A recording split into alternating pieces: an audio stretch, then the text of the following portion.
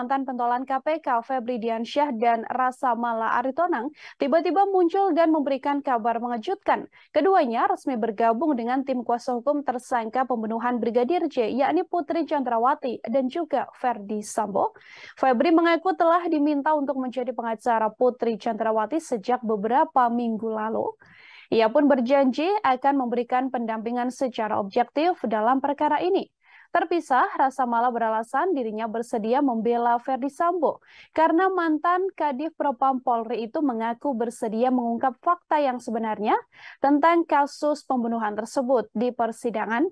Pertimbangan lain karena ada berbagai dinamika yang terjadi dalam kasus ini, termasuk temuan Komnas HAM. Selain itu, menurut Rasa Mala, Sambo merupakan warga negara Indonesia sehingga mempunyai hak yang sama seperti warga negara lainnya. Febri Diansyah mengaku sudah melakukan rekonstruksi mengenai peristiwa yang terjadi di rumah Magelang. Sebagai bentuk keseriusannya untuk mendampingi Putri Chandrawati secara objektif, Febri juga mengaku belum bisa mengungkapkan peristiwa yang sesungguhnya terjadi di Magelang karena hal tersebut merupakan bagian dari pokok perkara. Febri menambahkan, selain melakukan rekonstruksi di Magelang, ia juga telah mempelajari seluruh berkas yang tersedia.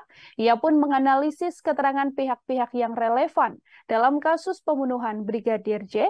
Selain itu, Febri juga berdiskusi dengan 5 ahli hukum yang merupakan 3 profesor serta 2 doktor. Ada pula 5 psikolog yang terdiri dari guru besar psikologi, ahli psikologi klinis, serta psikologi forensik. Ajakan untuk masuk dalam tim kuasa hukum tersebut. Saya sampaikan beberapa hal, karena konferensi pers ini adalah pembuka bagi saya. Artinya kita akan banyak interaksi nantinya untuk menyampaikan perkembangan lebih lanjut pendampingan hukum dalam perkara ini. Maka mohon berkenan saya akan menyampaikan beberapa hal-hal pokok terlebih dahulu. Kalaupun ada substansi perkara yang disampaikan, dari awal ingin saya sampaikan bahwa hal tersebut lebih pada sebagai bentuk penjelasan dan akuntabilitas pada publik, bukan dalam konteks mendahului proses persidangan. Karena tadi juga sudah disampaikan, proses persidangan akan berjalan dalam waktu tidak terlalu lama lagi.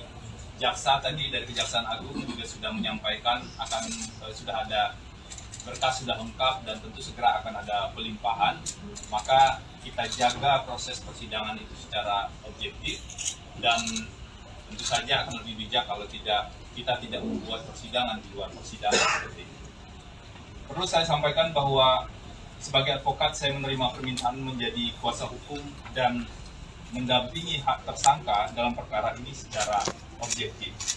Bahkan ketika saya dan Rasa Mala ketika bertemu dengan Ibu Putri secara langsung sebelum Ibu Putri menandatangani surat kuasa, saya telah menyampaikan secara terang bahwa pendampingan hukum yang akan dilakukan bersama tim, tentu saja yang mendampingi nanti adalah tim secara keseluruhan yang juga sudah bekerja sejak awal, adalah pendampingan hukum yang secara objektif, tidak membabi buta, tidak menyalahkan yang benar, dan tidak membenarkan yang salah.